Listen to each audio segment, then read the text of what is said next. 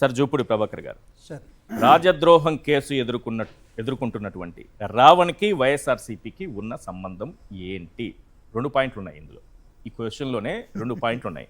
ఒకటి, నిజంగా రాజద్రోహమో దేశద్రోహానికో పాల్పడ్డా?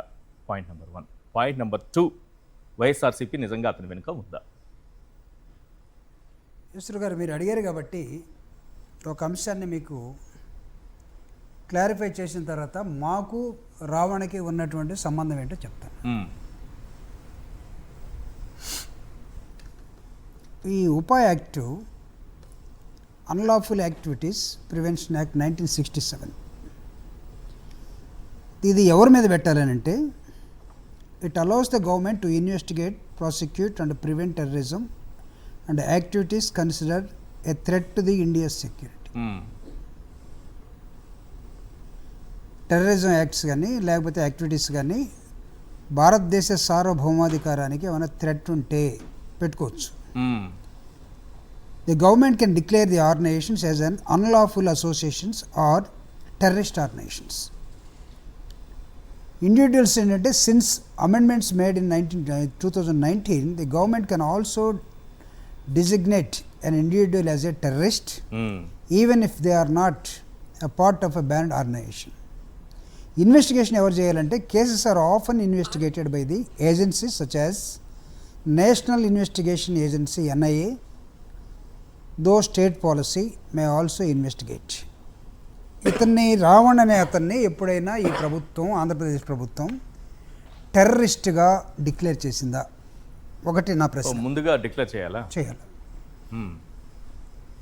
లేకపోతే అతను చేసినటువంటి యాక్టివిటీస్ అవును భారతదేశ సార్వభౌమాధికారానికి ఎప్పుడైనా అడ్డంగా నిలిచాయని ఎవరి నోటీస్కైనా తీసుకొచ్చారా? లేదు. ఎప్పుడో నవంబర్లో హిడ్మాకి అనుకూలంగా, నవంబర్లో ఆయన చనిపోయింది. బోల్డ్ మంది మాట్లాడతారు. 8 నెలలు, ఇప్పటిక 9 నెలలు అయింది. అనేక మందికి ఏదో వీడియో పెట్టారు, అనుకూలంగా వ్యతిరేకంగా బోల్డ్ మంది మాట్లాడచ్చు. సో వీటన్నిటినీ ఏం చేయకుండా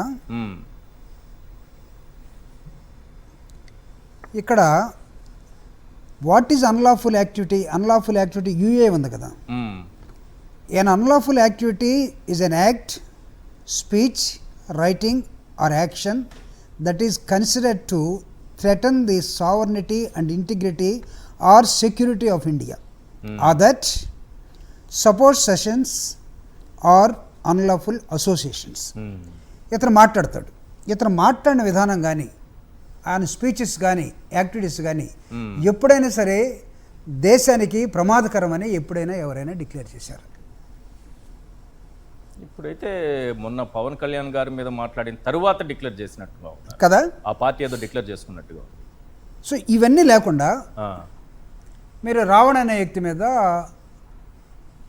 4 పోలీస్ స్టేషన్లు తిప్పిన తర్వాత, 5వ police station, if I remember correctly, 5 తిప్పిన తర్వాత, లేకపోతే 4 తిప్పిన తర్వాత ఈ చట్టాన్ని తీసుకొచ్చారు. అవును.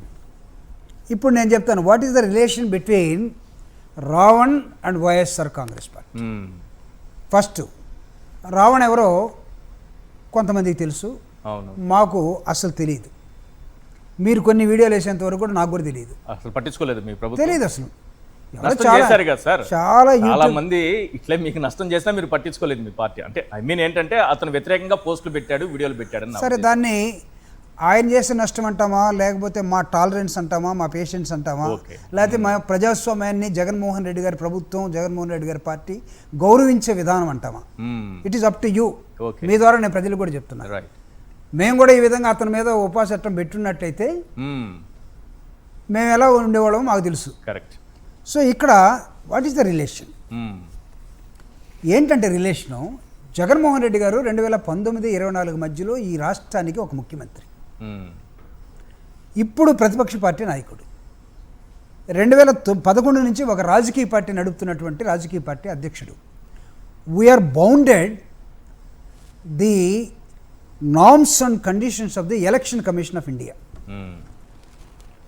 And the Constitution of India. భారత రాజ్యాంగం ప్రకారం ఏర్పడినటువంటి భారత ఎలక్షన్ కమిషన్ ప్రకారం నడుచుకునే ఒక రాజకీయ పార్టీ. ఈ రాజకీయ పార్టీ దృక్పథం ఏంటంటే, మా ఆలోచన విధానం ఏంటంటే, వ్యక్తి స్వేచ్ఛని, జీవించే హక్కుని అతను స్వభావంగా ఏది తీసుకుంటాడో దాన్ని గౌరవించే విధానమే మాది.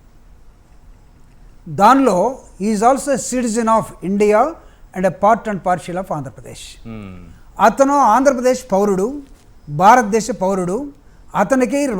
అతనికి మాట్లాడే హక్కు ఉంది. అతను ఏ యాక్టివిటీ చేసుకున్నా దాన్ని సీరియస్గా లేకపోతే నాన్ సీరియస్గా తీసుకునే అధికారం వేరే వాళ్ళకు ఉందేమో, కానీ మేము ఒక పౌరుడిగా మాత్రమే చూస్తాం. ఇది మాకు రావణికి ఉన్నటువంటి రిలేషన్. ఒకవేళ మీకున్న రిలేషను అయ్యేంటో మేము చెప్పనవసరం లేదు. మా దగ్గర ఉన్న రిలేషన్ ఏంటంటే శత్రు వైరుధ్యం కాదు, మాది మిత్ర వైరుధ్యం మాత్రమే. అన్ని వీడియోలు జగన్మోహన్ రెడ్డి గారి మీద చేసినా మాది మిత్ర వైరుధ్యం మాత్రమే, శత్రు వైరుధ్యం కాదు. మీరు రావణ్ణి ఈ ఉపా యాక్ట్ని ఎప్పుడు చెప్పారు మీరు? అతను ఏలూరులో ఒక మీటింగ్ పెడితే ఆ మీటింగ్లో మీరు పరుష పదజాలంతో వాడాడని చెప్పి ఏదో ఒక కేసు పెడితే మీరు పెట్టిన ఎఫ్ఐఆర్ కానీ కేసు కానీ మీ పోలీసు వ్యవస్థ మీ పరిపాలనా విధానం తప్పని జ్యుడిషియరీ 4 జడ్జిలు చెప్పిన తర్వాత, అంటే దాని అర్థం ఏంటి? 4 జడ్జిలు చెప్తామంటే ప్రతిపక్ష పార్టీ జగన్మోహన్ రెడ్డి గారు రాజకీయ హక్కులను కానీ లేకపోతే మానవ హక్కులను కానీ లేకపోతే మాట్లాడే స్వేచ్ఛను కానీ వేరే వాళ్ళు హరిస్తూ ఉంటే లేకపోతే కోర్టులు గుర్తు చేస్తూ ఉంటే నోరు మూసుకొని కూర్చున్న వ్యక్తి కాదు. ఎందుకు ఇలా జరుగుతుంది ఈ రాష్ట్రంలోని ఖచ్చితంగా ప్రశ్నిస్తాం. ఆ ప్రశ్నించడమే రావణకి మాకు ఏదో ఒక సంబంధం ఉందని మీరు అంటగడుతూ ఉంటే మా మధ్య ఉన్న సంబంధం ఏంటంటే పౌరుల మధ్య ఉండాల్సిన సంబంధం.